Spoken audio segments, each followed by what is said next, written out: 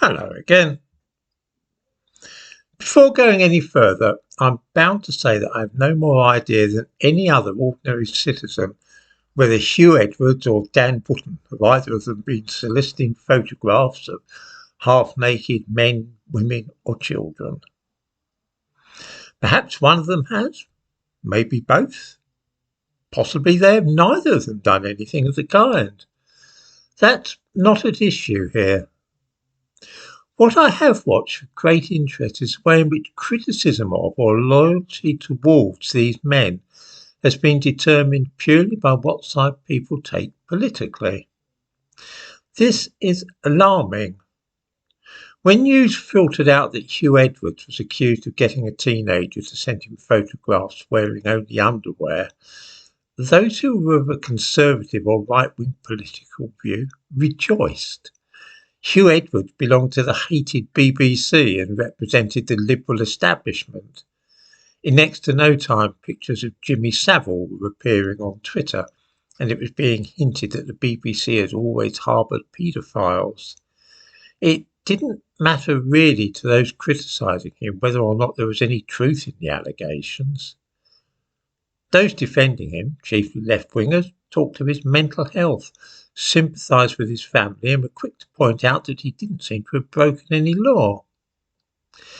Then a presenter at GB News, a man called Dan Wootton, was accused of something similar, that is to say, trying to get people to send him sleazy photographs of themselves.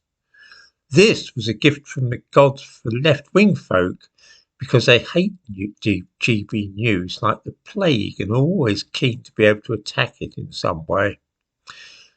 Normally, these are the very people who would have been yelling about homophobia in such a case. Wootton is apparently one of these gay people, but because it concerns GB News, everybody was just pleased and excited to have a weapon to belabour them with. Nobody has any idea what, if anything, there is in the story, but again, that doesn't seem to bother anyone. This is how things are these days in Britain. There doesn't seem to be any kind of loyalty to the idea of truth or any regard for facts. All that matters is divining the politics of an individual, and once you know that, then you know at once whether you are supposed to believe any bad stories doing the rounds about him, or if you should rather be defending him. Exactly the same thing is seen in every aspect of life these days.